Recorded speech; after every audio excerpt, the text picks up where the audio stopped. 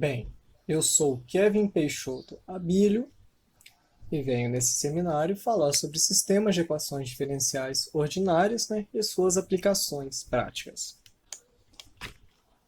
Antes de falar de equações diferenciais, sistemas de equações e a parte matemática em si, vamos começar pelas nossas motivações, O que seria uma matemática aplicada? O porquê da matemática aplicada? Bem, pelo próprio INE, matemática aplicada seria um ramo da matemática que busca uma interdisciplinaridade, onde você aplica os conhecimentos matemáticos e os sistemas matemáticos de signos em outras áreas, como a própria matemática da engenharia, a física, computação, dentre diversas outras áreas. E como vamos aplicar a matemática em outras áreas do conhecimento? Começaremos falando de modelagem matemática. O que seria modelagem matemática? Seria a utilização dos conceitos, signos e da lógica matemática para a expressão de um problema físico, ou seja, de qualquer que seja a natureza do problema, em termos, da própria matemática.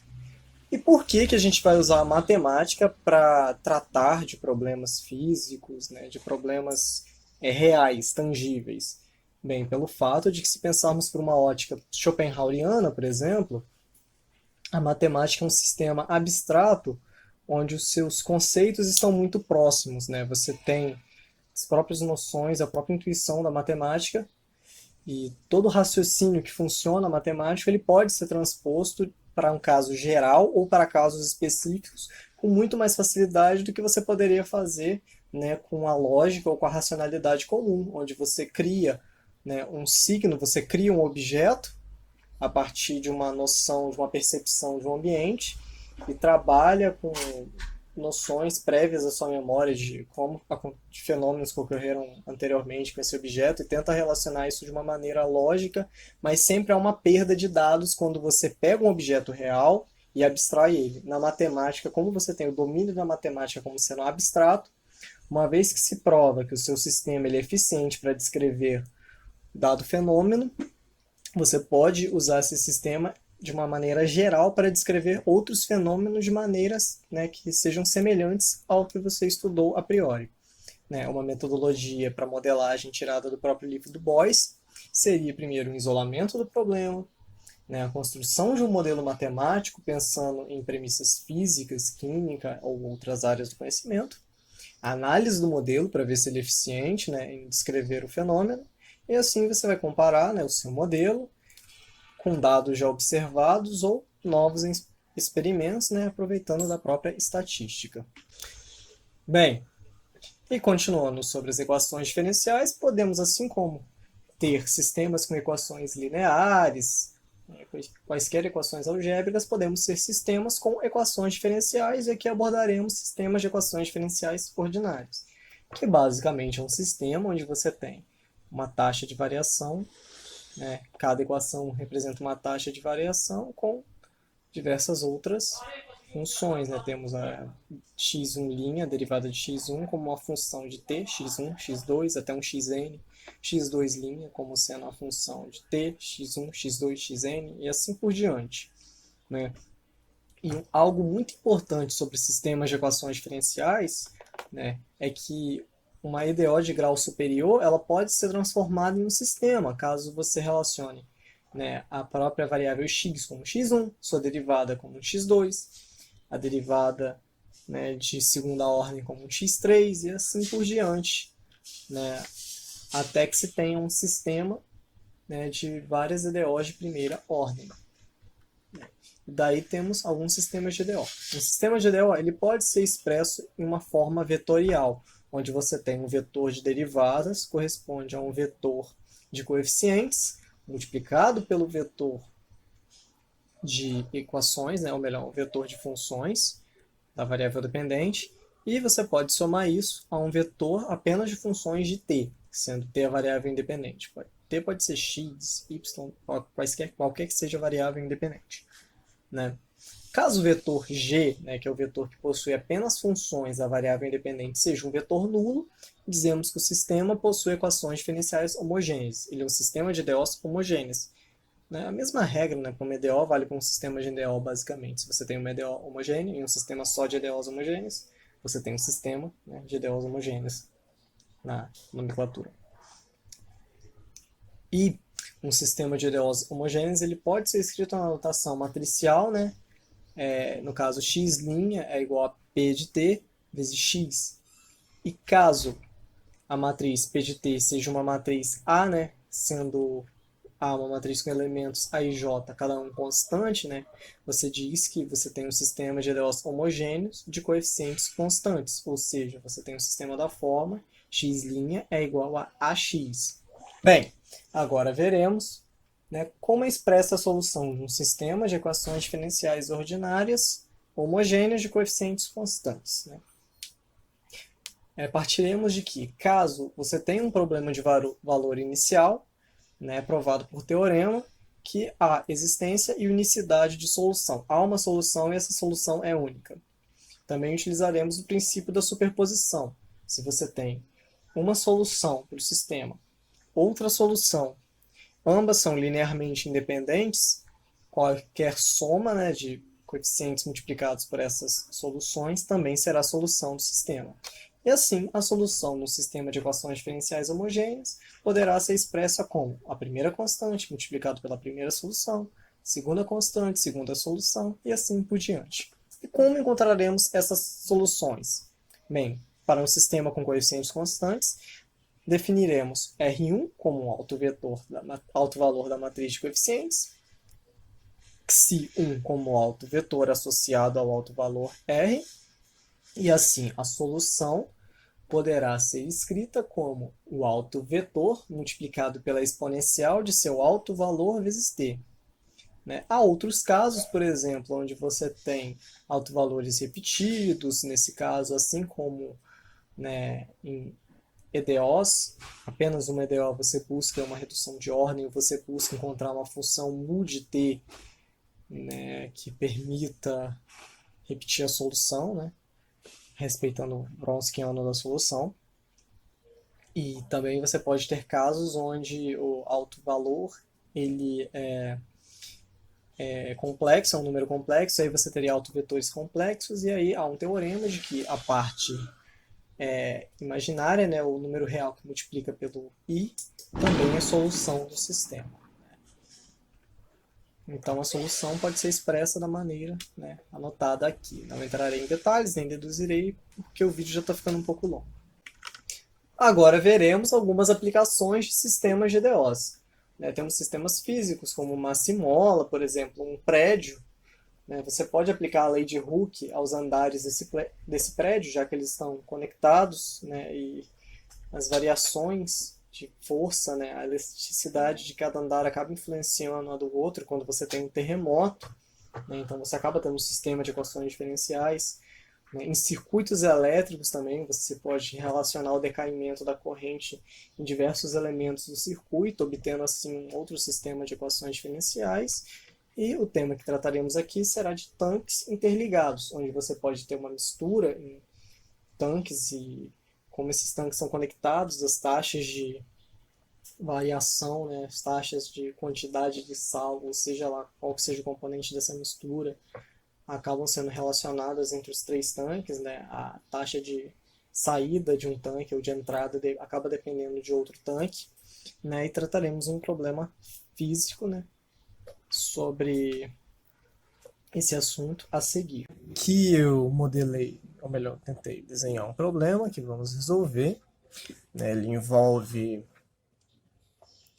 dois tanques, cada um com uma mistura, né, e eles são conectados.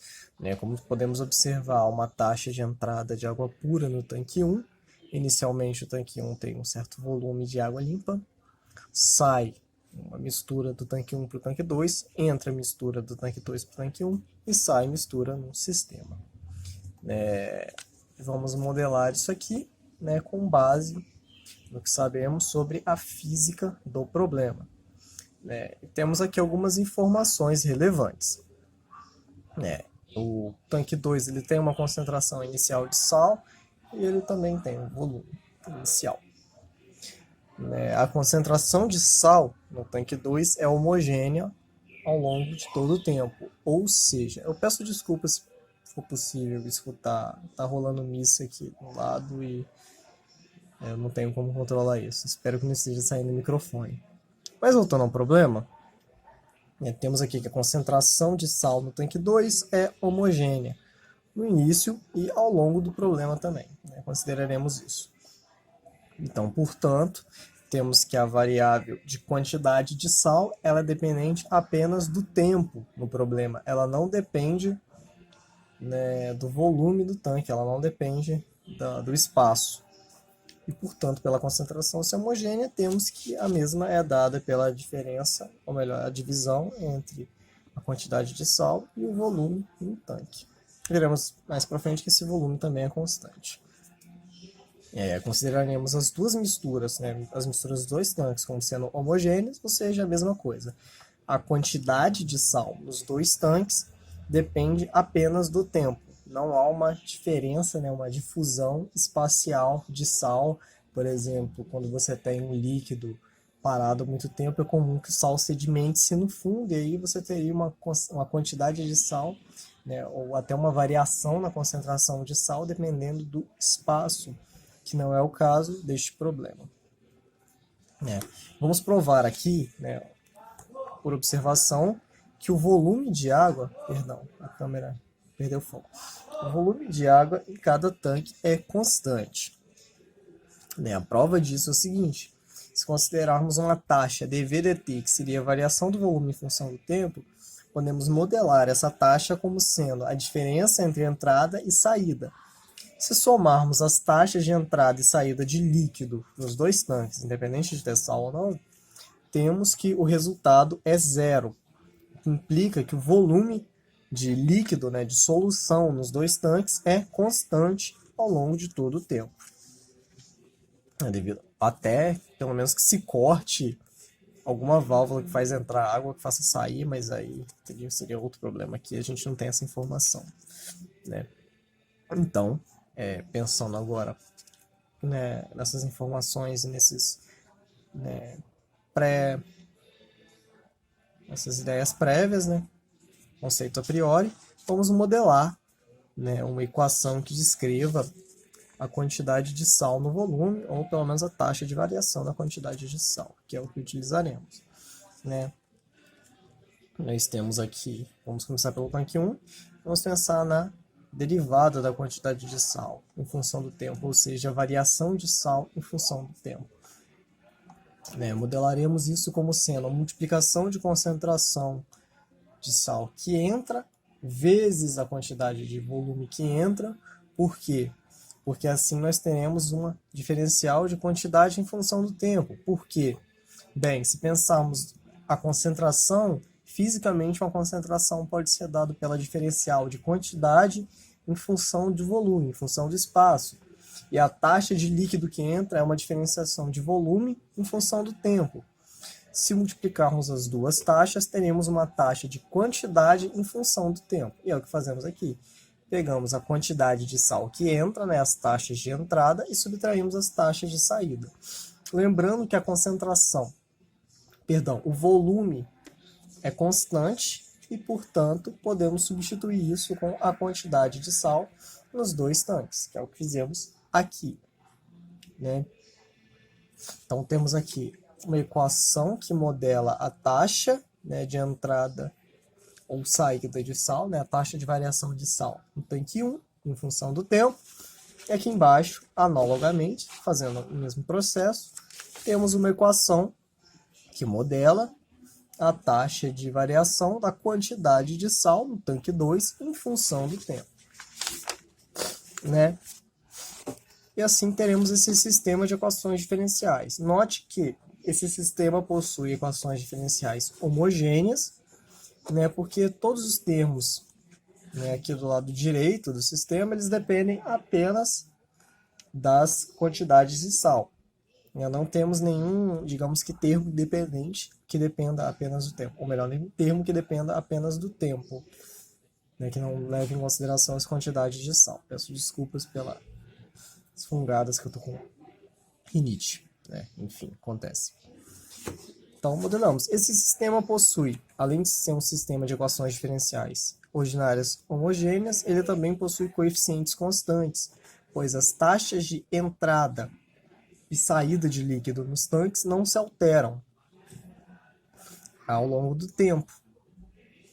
E sabemos que é um sistema de equações ordinárias porque a quantidade de sal, como dito, ela depende apenas do tempo, ela não depende do espaço. Temos uma mistura homogênea dos dois tanques, né? Então, esse sistema aqui pode ser escrito na forma matricial, que pode ser observada aqui. Aqui eu já tive o trabalho de resolver, né, de anotar previamente os processos, os cálculos realizados para economizar o máximo de tempo. Como você percebeu, acho que o vídeo já está ficando um pouquinho grande também. Enfim. Então temos aqui, vamos calcular primeiro os autovetores, né, dado o modelo já visto para a solução de uma EDO, né, a forma que tem a solução de sistema de EDO. Então aqui basta subtrair, né, temos a matriz de coeficientes menos o alto valor, ou melhor, o alto valor multiplicado pela identidade, né? Então temos aqui uma equação característica, da matriz, que resulta numa equação de segundo grau. Aqui eu preferi trabalhar com números decimais, porque, sinceramente, era um problema de valores arbitrários e provavelmente ele não ia dar cálculos exatos. Então, o auxílio de uma calculadora é indispensável. Então, aqui eu utilizei a fórmula de Bhaskara para encontrar os valores dos alto-valores, né? Então, aqui eu encontrei os dois valores de alto-valores. E aqui, né, vim encontrar os autovetores associados a esses altos valores, né, utilizando o fato de que a matriz multiplicado por um autovetor tem que resultar no produto do alto valor por esse autovetor, né? Eu tratei xi como sendo a letra grega que representa o autovetor. Então, para o primeiro autovetor associado ao primeiro autovalor, temos aqui esse sistema de equações, né, facilmente escrito, né? Eu busquei isolar B e, como eu estava usando uma calculadora, os valores podem ter tido uma diferença na quarta ou quinta casa decimal. Aqui eu nem representei a quinta casa decimal porque não é relevante. Então aqui o sistema, né, teve uma solução, foi encontrado um autovetor associado, né? As equações bateram, o resultado dela uma com a outra. Então, aqui eu tenho uma relação entre B e A, em que B vale essa constante multiplicado por A1. Então, qualquer autovetor que respeite essa relação, né, eu substituí aqui, eu parametrizei, né, a solução para esse sistema. Então, qualquer autovetor associado a esse autovalor serve para a solução do sistema, né, devido ao fato da constante. Veremos isso a seguir, né, na solução. Melhor mais adiante. Então, aqui temos o primeiro autovetor associado ao primeiro autovalor, né? Xi1 associado a lambda1. Se não me engano, no trabalho eu notei como R, mas aqui eu prefiro usar lambda, tanto faz. Enfim. E aqui temos o segundo autovetor associado ao segundo autovalor. Mesma coisa, monta o sistema, isola, resolve, e aqui eu conferi, né, para ver se as duas equações bateram, né? Tivemos aqui uma divergência só na quarta casa decimal, mais uma vez porque eu estava usando uma calculadora, né? Devido ao fato de não existir valores exatos para calcular isso analiticamente, sem auxílio de uma máquina. Então aqui eu tenho o segundo autovetor associado, né? Ele, mais uma vez, eu parametrizei por qualquer um que siga essa direção, por assim dizer, vale. Né? Então, mais uma vez, substituir T por 1. Aqui não deveria ter um T, foi um erro de escrita mesmo, mas enfim. Depois eu corrigi isso aqui embaixo. Então, eu tenho a solução do sistema, né? Respeitando o modelo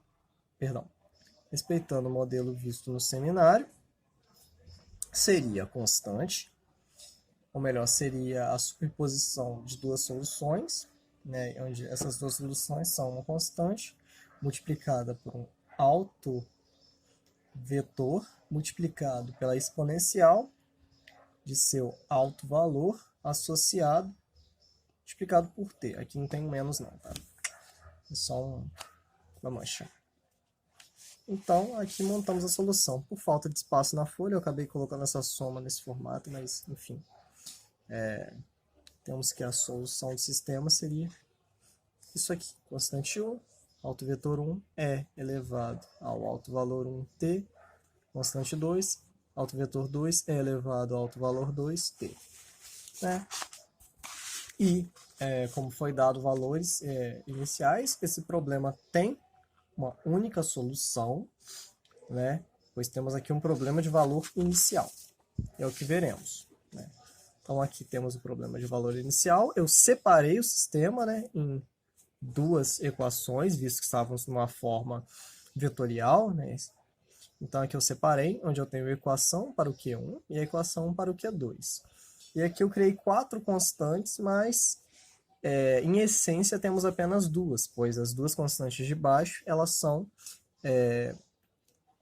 dependentes das constantes de cima, né? Elas têm um escalar, ou melhor, elas têm um valor constante multiplicado pelas constantes de cima, enfim.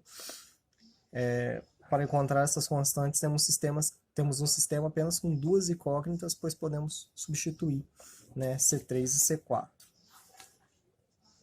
E é o que fizemos aqui, né? Substituímos os valores iniciais nas equações, né? Lembrando que a exponencial de 0 é sempre 1, então ficaríamos apenas com as constantes, né? Que sua soma, né, deveria se igualar ao valor inicial do problema, e é o que montamos aqui. Aí, isso aqui é fácil de resolver, pois na equação de cima temos uma relação de C1 para C2, né, de que uma deveria ser o inverso da outra, ou melhor, o oposto aditivo. E é o que fizemos, daí só substituir em 2, e encontramos C1, C2, e aí é só substituir nas equações, né, que dão as funções Q1 de t e Q2 de t. Agora analisaremos, né, a solução do problema visto. Aqui eu defini f de x como sendo a função que define a quantidade do sal no tanque 1 ao longo do tempo. G de x como sendo a função que descreve a quantidade de sal no tanque 2. E aí, além disso, eu também desenvolvi funções que descrevem a concentração de sal nos dois tanques. Se notarmos, inicialmente você não tem, né, sal no primeiro tanque, e conforme passa o tempo, você começa a misturar os conteúdos dos dois tanques, e aí você acaba tendo uma aproximação, né, de quantidade de sal nos dois tanques, enquanto o segundo ele acaba decaindo bem mais rápido que o primeiro. Ambos acabam se aproximando de zero, né? Você tem valores muito pequenos a partir dos 30 segundos mais ou menos, né? Ou seja, quase não tem diferenças para o gráfico. E eu também aqui estabeleci uma função h como sendo, né, a diferença, justamente para a gente ter uma interpretação, uma noção dessa diferença de concentração, né? O H define a diferença em módulo de concentração nos dois tanques. Né? Então, como podemos observar, a concentração ela acaba se aproximando, a diferença de concentração ela chega bem próximo de zero em um tempo bem curto, né? Nos 10 segundos já temos uma diferença quase desprezível de mais ou menos 0,10, né? Na ordem de um pouquinho mais, né? Quase da ordem de 10 a menos 2, né? Que é uma diferença de concentração em grama por litro praticamente desprezível. Então, ao longo do tempo, a concentração nos dois tanques começa a se igualar e decair para valores próximos de zero, como foi observado, né, na questão. E é de se esperar, porque no sistema está entrando água pura e está saindo água com sal.